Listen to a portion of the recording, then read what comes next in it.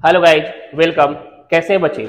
बात करें यार कि लास्ट क्लास में आपका इनकम फ्रॉम सैलरी का मैंने क्वेश्चन नंबर 23 तक बताया था डॉक्टर एच.सी. मल्होत्रा वाले बुक से। और आज की क्लास में मैं आपका 24, 25, 26, 27, 28 पांच क्वेश्चन आज वाले क्लास में भी सॉल्व करूंगा।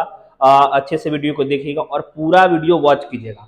और अगर पहले का वीडियो नहीं देखे है ना यार, तो जा करके सारा वीडियोस देख लीजिए, क्योंकि एग्जाम्स आने वाले हैं और आपका तैयारी बहुत ज्यादा जरूरी है। चलते हैं क्वेश्चन की तरफ। देखिए, यह आपके स्क्रीन पे बच्चे रहा 24 नंबर क्वेश्चन और क्वेश्चन नंबर 24 और 25 आपके स्क्रीन पे दिख रहा है, राइट डाउन कर लीजिए। चलते हैं, इसे पहले सॉल्व करते हैं 24 और 25। हाँ बच्चे, यह देखिएगा क्वेश्चन नंबर 24 और 25 मैं आपको बताया हूं, समझिएगा पहले। देखिए, यहाँ 24 नंबर में आपका बेसिक पे दिया हुआ था 11,000 पर मंथ, तो 12 मंथ का 1,32,000 हो गया। डियरनेस अलाउंस था आपका 10,000 पर मंथ, तो 12 मंथ का 1,20,000 हो गया। क्लियर? जैसे सिंपली बाकी क्वेश्चंस में दिए थे ना, मैंने एकदम वैसे एकदम पुट करा, ठीक है। फिर आपका इंटरटेनमेंट अलाउंस था 2400 पर मंथ, 12 मंथ का 28,800 हो गया। वैल्यू ऑफ कार, एक कार प्रोवाइड किया गया था एम्प्लॉयर के द्वारा, तो यहाँ पे 1800 पर मंथ कार का, स्मॉल लार्ज देख लीजिए, और 12 मंथ का 21,600। हाउस रेंट अलाउंस का कैलकुलेशन मैंने यहाँ करा है, और जैसे कर रहे थे ना एचआरए का ट्रीटमेंट, एकदम सेम वैसे ही करेंगे, कुछ भी नया है नहीं, ठीक है। तो यहाँ पे HRA received, rent paid over 10% of salary, rent paid यहाँ पे किए थे और 10% सैलरी का माइनस किया।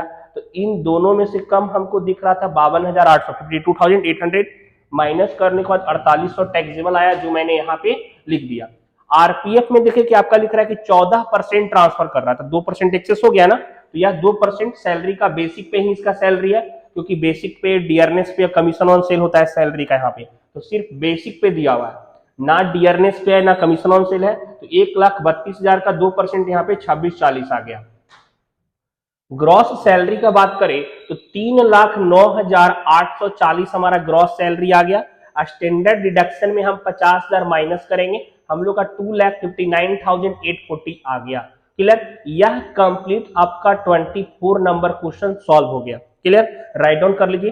25 नंबर थोड़ा सा पे स्केल वाला यार, कि सैलरी बढ़ रहा है, धीरे धीरे धीरे धीरे सैलरी बढ़ रहा है, ठीक है। तो यहाँ पे आपका 23,200 था पहले स्टार्टिंग में, 9 मंथ का हो जाएगा आपका 20, यहाँ पे 2,08,800 कैसे निकल रहा है समझिए पहले ध्यान से।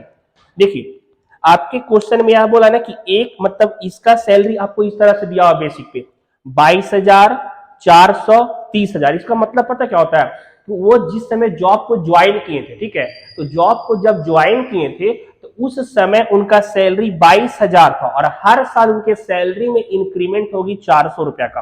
क्लियर? और तब तक होगी जब तक उनका सैलरी 30,000 नहीं हो जाता है, ठीक है। और हमको निकालना है बच्चे असेसमेंट ईयर का, आपका करेंट ईयर का मतलब टैक्सेबल सैलरी। तो यहाँ देखिए, और यह जॉब जो ज्वाइन की थी यह 2017 में ज्वाइन की थी। आपकी बुक में डेट कुछ और हो सकता है, आप मिला लीजिएगा। किसी बुक में अगर पुराना बुक यूज करें तो 16 भी हो सकता है, तो थोड़ा कैलकुलेशन को बस समझिए। 1 जनवरी 2017 को जब ये ज्वाइन किए थे तो सैलरी इनका 22,000 मिला था, ठीक है। अब जब जनवरी से, अब इनका ये सोचिए कि इनका साल, 1 साल पूरा होने पे, तो हम लोग सैलरी फाइनेंशियल ईयर कैलकुलेट करते हैं ना, 1 अप्रैल से 31 मार्च, 1 अप्रैल से 31 मार्च, लेकिन इन्होंने जनवरी में ही ज्वाइन करा था। तो जब ये 1 जनवरी 2018 में पहुंचे तो इनका सैलरी 400 अगला साल बढ़ जाएगा, तो 22,400 हो गया। फिर 19 में गएंगे तो 22,800, क्योंकि ये रूल था कि हर साल आपका सैलरी 400 से इंक्रीज कर जाएगा। हर साल सैलरी कितना इंक्रीज कर जाएगा? 400 से इंक्रीज कर जाएगा। फिर यहाँ पे जनवरी 2020 में पहुंचे तो 23,200 हो गया। फिर जनवरी 2021 में 23,600 हो गया। समझिए मेरी बात को पहले। देखिए, हम लोग निकाल रहे हैं 2021 का, तो 20 में इनका 1 अप्रैल 2020 से 31 मार्च 2021, ये दोनों ईयर शामिल हो जाता है ना इस ड्यूरेशन में। तो 1 अप्रैल 2020 में एक तरह से आपका जनवरी 2020 वाला आएगा ना यार, क्योंकि अप्रैल उसी में 1 जनवरी 2020 से 31 दिसंबर 2020 तक गया है, पूरा साल इसी ईयर में काउंट हुआ है। तो 23,200, लेकिन ये हम लोग अगर अप्रैल के हिसाब से चलेंगे तो दिसंबर तक 9 मंथ हो जाएगा। इसी कारण से 23,200 इंटू 9 मंथ का हम लोग लिए हैं। समझ में आया? क्योंकि यह दिसंबर तक ही जा रहा है बच्चे और हमको मार्च तक जाना है, तो मार्च तक जाने में फिर अगला 21 वाला आ जाएगा जिसमें 23,600 उनका सैलरी हो गया था, तो 23,600 से 3 मंथ मिला है उनको, तभी ना हम लोग फाइनेंशियल ईयर कैलकुलेट करेंगे, तो टोटल 70,800। और यहाँ पे टोटल बेसिक पे 2 ईयर को यह ज्वाइंट कर रहा है, ठीक है, यहाँ कैलेंडर ईयर के हिसाब से चल रहा था कैलकुलेशन, और यहाँ फाइनेंशियल ईयर के हिसाब से हम करेंगे, तो 9 मंथ जो आएगा वो आ जाएगा आपका 2020 वाले में, और 3 मंथ आ जाएगा 2021 वाले में। क्लियर? तो इस कारण से इनका टोटल बेसिक पे 2,79,600 हो गया। क्लियर? ऐसे कैलकुलेट करेंगे, आपका इस तरह का क्वेश्चन रहेगा। तो अब डियरनेस अलाउंस के बारे में बोला था कि 50% ऑफ बेसिक पे, वो मैंने डाल दिया।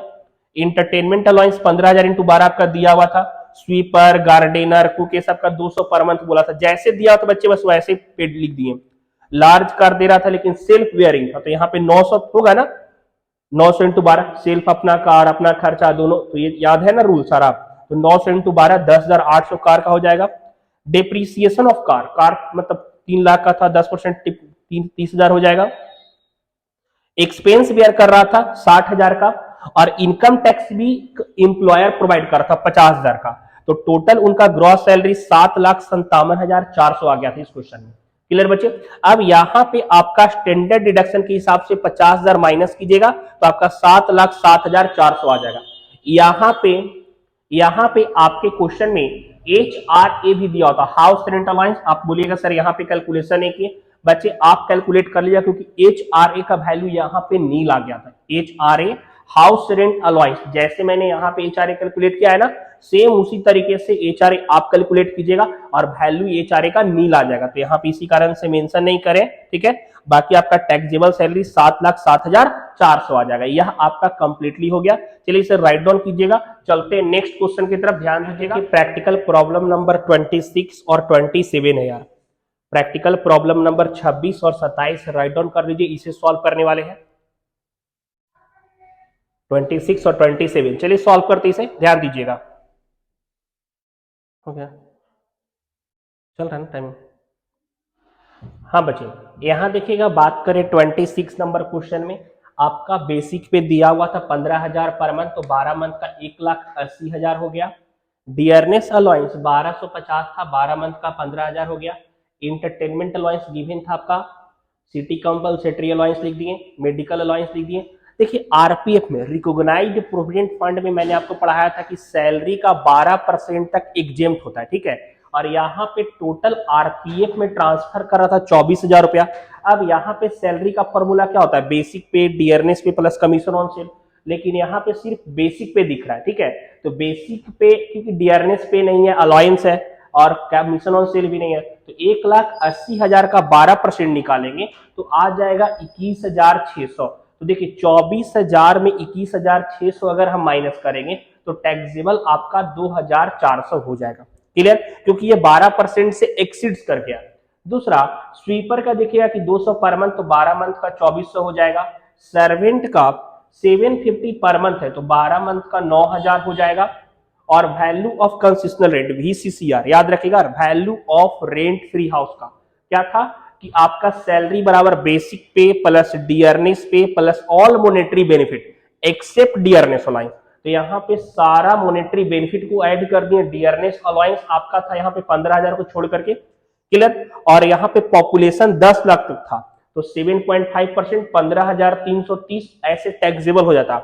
लेकिन अगर मतलब एसएससी कुछ पैसा रेंट सेल्फ बेयर कर रहा है तो वह माइनस हो जाता है, तो यहाँ पे माइनस आपका 6,000 हो गया, तो 9,330 आपका टैक्सेबल हो जाएगा, जो मैंने यहाँ पे लिख दिया।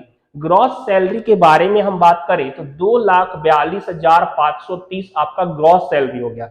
स्टैंडर्ड डिडक्शन के आधार पे 50,000 माइनस हो गया, तो आपका टैक्सेबल सैलरी 1,92,530 आया, 1,92,530 आ गया। क्लियर? यहां तक कोई डाउट नहीं? क्लियर है सारा कॉन्सेप्ट आपका? चलते हैं क्वेश्चन नंबर 27 में 27 नंबर देखिएगा।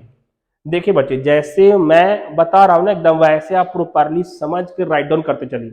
लग रहा है कि डाउट कहीं पे रह जा रहा है, नहीं समझ में आ रहा, बाउंस कर रहा है, तो वीडियो को वापस प्लेबैक करके देखिए, कॉन्सेप्ट आपका क्लियर हो जाएगा, ठीक है।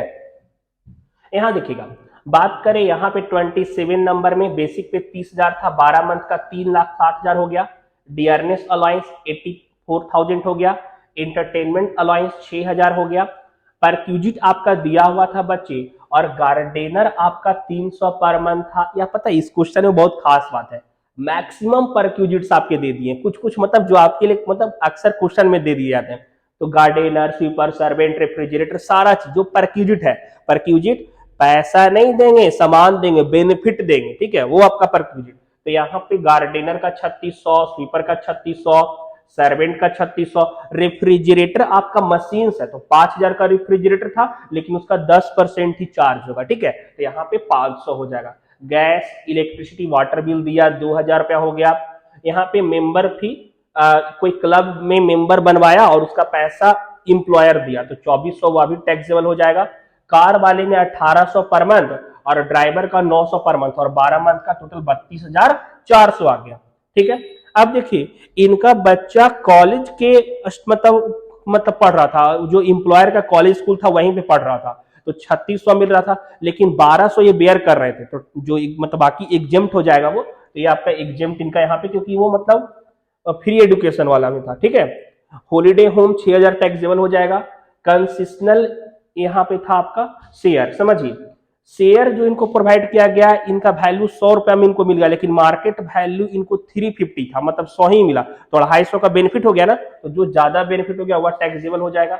ग्रॉस सैलरी निकल गया, स्टैंडर्ड डिडक्शन माइनस की टैक्सेबल सैलरी 4,79,100। यह दोनों क्वेश्चन राइट डाउन कर लीजिए अच्छे से, ठीक है, वीडियो पॉज कीजिए, राइट डाउन कर लीजिए। चलिए आगे नंबर चलते, ध्यान दीजिएगा। बात करें 28 नंबर, समझिए बच्चे, देखिए 28 नंबर कुछ बड़ा नहीं, छोटा क्वेश्चन है। बेसिक पे आपका 15,000 पर मंथ दिया हुआ था, 12 मंथ का 1,80,000 हो गया। डियरनेस अलाउंस आपका 12,000, 12 मंथ का 1,44,000।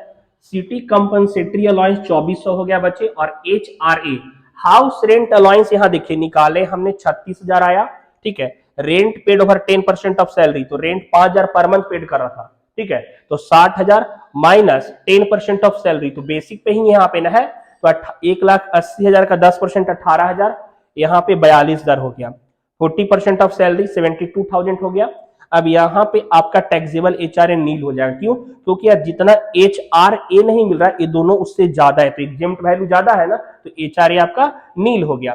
तो टोटल ग्रॉस सैलरी 3,26,400 निकल गया, और स्टैंडर्ड डिडक्शन 50,000 माइनस कर दिए, तो टैक्सेबल सैलरी हमारा निकल गया 2,76,400। क्लियर? आपका कॉन्सेप्ट क्लियर हुआ होगा, समझ में भी आएगा।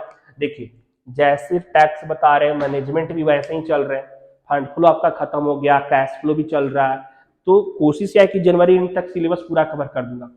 आपसे एक रिक्वेस्ट है कि देखिए ज्यादा से ज्यादा फ्रेंड तक वीडियो को शेयर करें, एग्जाम्स आ रहे हैं, मैक्सिमम को शेयर करें। आपका सपोर्ट बहुत ज्यादा जरूरी है, आपके सपोर्ट के बिना कुछ नहीं हो सकता। आज सपोर्ट करते हैं, सब्सक्राइबर बढ़ा, लाइक बढ़ता है, कमेंट, तो देख करके खुशी होता है, कॉन्फिडेंस बढ़ता है, और आपके लिए और ज्यादा टॉपिक लेके आते हैं। तो थोड़ा सपोर्ट कीजिए, ठीक है। मिलेंगे नेक्स्ट वीडियो में, बाय।